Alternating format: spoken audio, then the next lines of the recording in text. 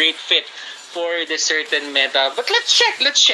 Although it's contradicting on what we discussed earlier, but hold that thought, ladies and gentlemen. Jeps here once more tries to dodge something with the Torn Drones, but of course H2WO, it's H2WO, bro. He has the meta to actually time properly after the Torn Drones puts the punch in the face of that Lancelot. And there's another flicker. He went for the flicker. Yeah. He tried tagging someone, yeah. Alright. Didn't saw that in the camera, but Aldous tried to punch another one. I mean, Aldo in the early game, he just prioritizes those stacks. And if he can get those early stacks from killing enemy heroes, he would give his life 100%. Yeah. It's not like your respawn timer is as high as 30 seconds. So you just do it for the sake of it. You just do it for the hell of it. My curiosity to do is, again, before the team fight happened on that part, it's actually contradicting to what we said because the Aldous requires a longer game, huh? Yeah. The Aldous requires a longer game. So here, this is where I'm curious. I think NXP is once again experimenting on something on the aspect of on a meta that has been shortened theoretically and on paper. Can we drag out the game to have an effective and scaling Aldous, right? I mean, you don't really have to put all your eggs into one basket. So other lanes can do that as well, and you can just win from that. Oh. And it really looks like the Aldo is quite an insurance, if you ask me. Yeah, the insurance. Okay. Yeah, so it's not necessarily the Aldous that can make can give the win, right? It's just like a safety net for the late game. Yes, it's a safety net. And here's what's interesting. We forgot about this safety net for the longest time, just because every single mid hero was a safety net in its own. Oh yeah, yes. We forgot about that kind of meta, right? Yeah. And it's insurance, and H2WO, he's gonna play this like a champ, as we all know, and they're just gonna go for that certain pick off into the top lane. Eremi here will get latched. H2WO will get the stacks, and that is going to be another set of stacks for H2WO. Things are looking great for this guy, and he's just happy that he's stacking on those stacks. Stacking on those stacks, wow. Yeah, very interesting funnel there coming in from the Aldous, ladies and gentlemen. Actually, because we don't see that much Aldous in any tournament, actually, right? For the most part, we're seeing him only in amateur tournament. I already forgot what is the heavy counter for the Aldous. What kind of rotation, right? What is the usually going for a 5-man. Go for 5 mans, right? If you go for a 5-man, he cannot duel anyone 1v1 because Aldous with average stacks. I'm not saying high stacks, average stacks, is already a king in 1v1. He has invulnerability. He cannot be stunned that easily. And you get the extra damage just by pressing the first skill, which has about like 3 seconds of cooldown, and you're already gonna win the fight. But if you go 5-man and you intercept him, he's not gonna do anything. Yeah, but the problem here is it's not just Aldous on the 5-man, right? You cannot, a 5-man banks on the idea that Aldous is solo or tries to go in late as he is really prioritizing getting that farm in. But we have an Angela. We have the Angela here for the side of the Aldous. So I feel like H2WO here, it's a given. Yeah, you need to farm. If you're an Aldous, you need to rotate properly if you're an Aldous. But I think H2WO might be joining the party earlier than the usual Aldous that we see. Ultimate activated. Chase Fate. Let's see here. It's casted towards the Lancelot.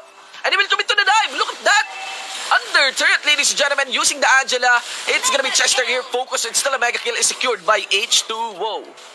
Wow. Aldo here isn't really the safety net. I think he's the early game carry with all the stacks that he has. On his belt. I think it's really now time for H2WO to just win this. Look at his items. He only has the Raptor Machete. Indeed.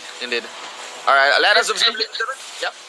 Yeah, Azure Blade as well for the extra mana regeneration. But aside from that, it doesn't really do anything. H2WO is here. Oh, look at that damage dash. Yep.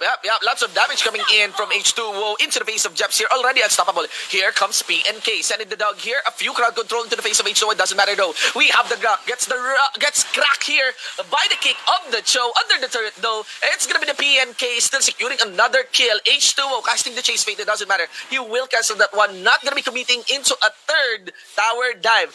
I just forgot we are still into the early part of this game, and it does look like NXP is not really prioritizing to go for the push. They've been taking brawl fights, really, you know? brawl fights against Sadistic Gods here. I mean, if you have a stacking hero that becomes your mid-game insurance rather than your late game insurance, you just go for it just because you have this hero that can bully out everyone coming into the mid-game. And if you get to that point at the mid-game, it might be a one-hit for a Lancelot if this is gonna keep on, if this is gonna continue. Yep, alright. It will be the glorious pathway casted under the turret. And again, Chester, still no respect for the damage of this turret. This is gonna be an issue for the running patch. Look at that. As long as the turret is not hitting H2WO, nobody is safe. But look at the damage, look at the moves. And that's how you do it. H2WO with this Aldous already scaling heavily into the game. KDA of 7-0-1. It really looks like it really looks like that this Aldo will be somewhat of the burst. This is another type of funnel. To be honest, it's not the funnel of gold. It's the funnel where you put all the kills in a silver platter. You do not really help this guy, get the farm. You just help him, and you just serve anything that you can serve to this Aldo, get his stacks early, then probably he will carry you into the early game. MB here biting off more than he can chew. He just went for a bit of a 1v1 there, and he didn't really realize that it was a 1v5 after all. And you have to remember, this is not an Aldous that farmed. This is an Aldous that participated in the fights, okay? That's the thing about H2O's Aldous. This is not an Aldous whose right hand has been muscular just by being left on his room. But here, he is already into the party. He got the Angela to accompany him. Goes for the tower dive. Always on this combination. Chester, glorious pathway. Sacking up third hits. And H2O will put the punch into Lancelot Thornrose. Doesn't matter. Legendary. Second legendary. That's gonna be a dead Hylos though. Still, it doesn't matter. The funnel is in H2O. And he's drowning the members of Sadistic Gods here in water. If there was a way to know how much stacks does Aldo have this game, I'm guessing it's probably almost nearing 100. Yes. Oh my God. Probably at 100 stacks. Indeed. Probably 100 stacks. I mean, Kim Solis, if Kim Solis is watching this, she's gonna be very much in love. Ladies and gentlemen, the power of love for the side of H2O here. Totally inspired, ladies and gents, by Kim Solis. And these are the storylines that you really want your players to get into.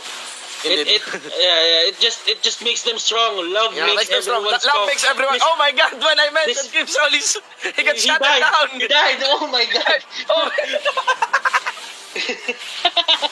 He died. I mean, this game, guys, this game is starting to become one-sided. You need to find, when you're shoutcasting a game like this, when it's starting to become one-sided, you need to find where the true story lies. It's not really that boring. This is a story not of a scaling Aldous, but of the power of love for H2O. And how it makes him strong. How it makes the world go round. Yes. That's the only story that we have here. Okay, I'm not even gonna contest that in any way. Rene J biting off more than he can chew, and that is not the power of love. That is the power of being greedy in the middle of a turret. And MB doing the same thing as Rene J was, but the thing about this Uranus is he's really tanky. He's not that easy to kill. Even with the turret there, I don't really think that Sadistic Gods has any capability of taking him down. This is difficult. I mean, the tanks, man. I think tanks are 3 hits for H2O. Yeah. I think 2 to 3 first kills, I think, for H2O side. Let's look at the damage. 3,188, ladies and gentlemen. 3,188 damage just on the first kill of that Aldous. That's it. That's it, ladies. That's almost all of the HPs right now. Oh, look at that. Look at that. I don't know. That's literally one punch. That's literally one punch man right there. So H2O is one punch. I actually want to see H2O's damage to the graph. Let's see. I just want to see. And you have to give a lot of credits to Yawi. You have to give a lot of credits to Yawi. Yawi has been... If you think H2O is good, you really have to look at Yawi, because Yawi is making it possible for H2O to be this certain kind of carry that he can, he can just carry everyone onto his back. And if without the Angela, without his heart guard, I don't really think that this could have been possible because it gave H2O the extra confidence to just go in. You also have to give it to Chester. Actually, I mean, kidding aside, guys, you have to give it on how Chester sets it up. Of course, it's a given that the Angela, Yawi, will be using her ultimate towards H2O here. But the way they commit to these tower dives, again, if you are facing an Aldous, all you need to do is just get into the safety of your turret. But you are not safe anymore if your turret is targeting the wrong target, right? It's hitting the wrong target. And that is Chester for the most part, the Hylos. They really did it well when it comes to these tower dives. Here we go! Boo! Shut down. Oh my god. Dash, don't chase, bro. Don't chase. I mean, it doesn't really put you in a good position. If you're inside the turret and it only takes one hit to kill you, it doesn't really give you the safety that you want. Yep. Look at that. It's like the 1-inch punch right there. Look at that. Oh, there's the wall! I'm just curious about the damage of H2WO. All you need to do is just look at H2WO and observe if ever he will come close to a champion or not. Let's check. I think Aldous is going for the Lord. I think Aldous is no, he's not gonna go for the Lord. And I wanna check how much damage can he do to the Lord alone. Yes. Because he has 15 kills on his belt, so that means that's all stack damage. Yep. By the way, to those who are curious, yes, SADISTIC Gods is a Filipino team, guys. We're still doing the commentaries here in English, but it is we have an all Filipino team here fighting. So here we go, H2 again with Angela, unstoppable, ladies and gentlemen. One hit, that's one hit, right? I think that's one hit. Onto dash, another one onto judge, ladies and gentlemen. 4K resolution on the punch. Triple kill, ladies and gentlemen. Triple kill, one more.